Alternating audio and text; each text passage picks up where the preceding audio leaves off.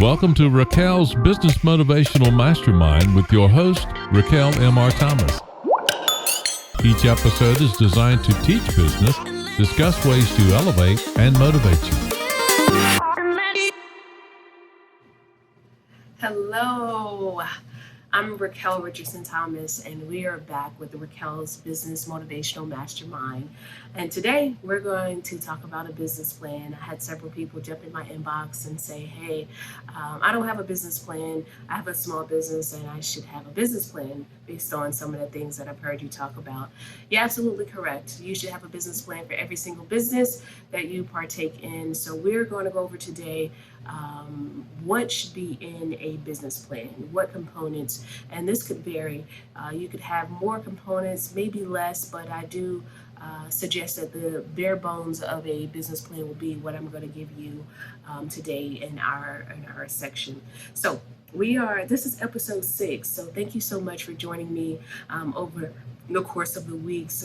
We do this every Wednesday between 7 and 7:30. We post this feed on IGTV, and we have another feed on we go live on Monday on Facebook, and we're live doing a lunch break on Facebook, and we cover a topic called closing the wealth gap, paying truth and money. Closing the wealth gap, paying truth and money.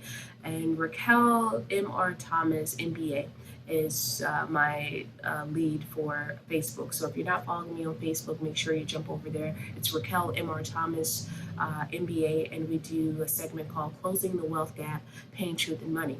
And here on IG, we do Raquel's Business Motivational Mastermind, and today we're going to focus on a business plan. But before we jump into the business plan, we're going to do the quote of the day. And the quote of the day is, risk is the price you pay for opportunity. Risk is the price we pay for opportunity. I don't know if you agree with that or not, but somebody amazing wrote that quote, and I agree with them 100%. We put quotes on both the Facebook and the Instagram page every day, so make sure you go there if you're looking for a little pick-me-up or just some motivation. These quotes are always found on our business page. But more importantly, I want to say it one more time. The quote of the day is, risk is the price you pay for opportunity.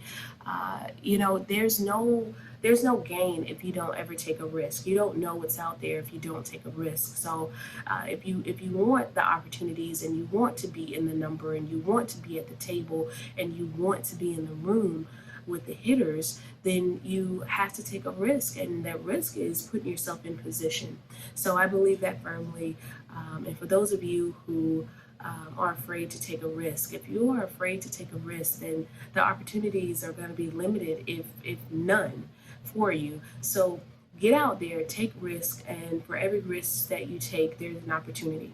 It may be a failed opportunity, but you know what? It could also be the opportunity of a lifetime, and it can change your status to billionaire, millionaire. So make sure you're taking risks so that you can gain the opportunities that you deserve.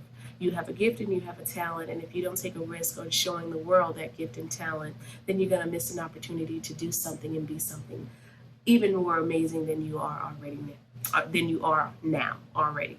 So, creating a business plan, what does that look like? I'm going to go over the components of a very basic business plan, but it's a plan that I use often when I need to create a business plan. I always start with the items I'm going to go over with you today, and I'm going to bring up my business plan so I can go into detail with you. The first piece of a business plan is the executive summary. Now, most people write the executive summary at the end.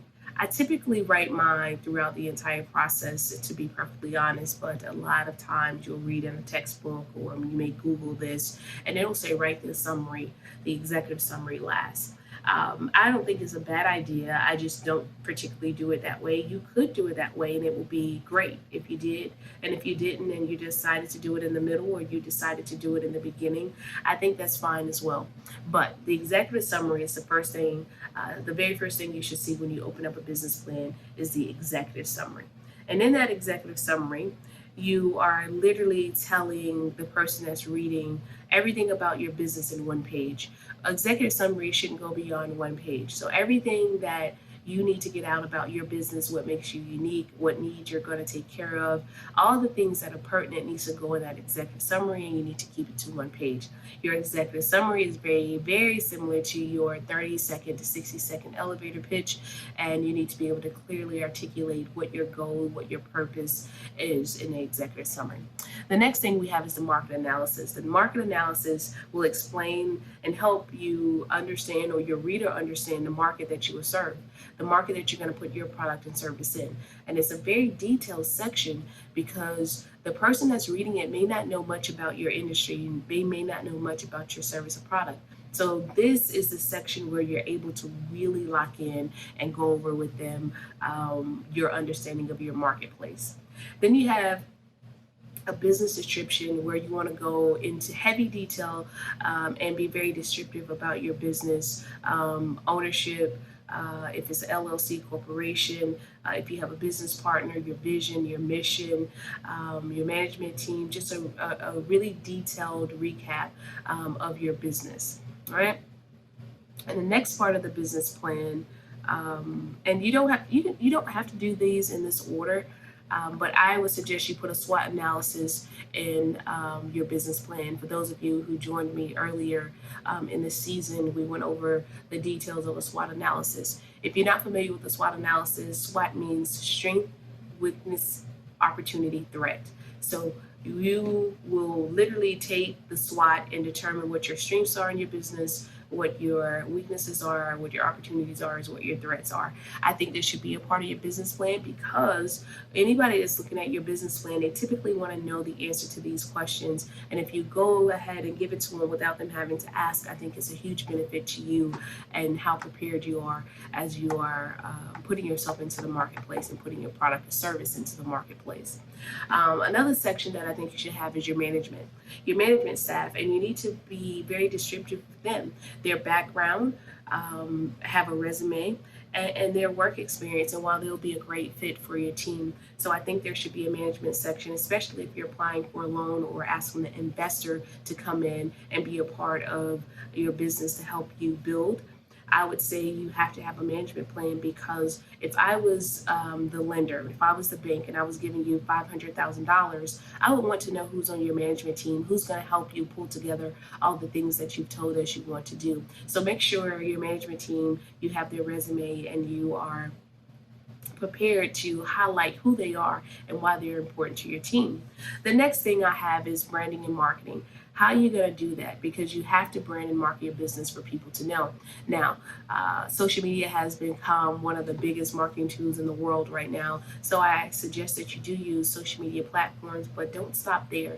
There are other ways you can market and brand your business. Obviously, you want to get a logo, maybe even a tagline or a rally cry, but to make sure there are things that are wrapped around your brand and marketing that people will recognize, right? So when you say McDonald's, or when you see golden arches, better yet, when you see a golden arch, you automatically know that it's McDonald's, because McDonald's has done a fantastic job over the many years marketing that gold arch. Okay, so I would say direct mail is still a viable source of marketing. I don't do direct mail. I'll be honest with you. I don't do it, but I know companies that do direct mail, and it works very well for them. So I think it depends on your demographic, number one, and I think it depends on what type of service or product that you're pushing into the atmosphere.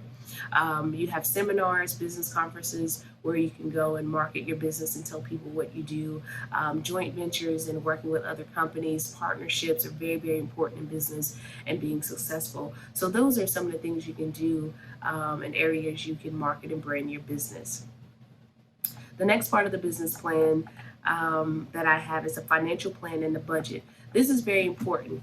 Any investor, any bank wants to see your financial plan. If you don't show them numbers and how you plan to generate revenue, your expense structures, your startup costs, it's very difficult for someone to give you a loan or an investor to give you their money. So you want to make sure that you have a financial plan and a budget.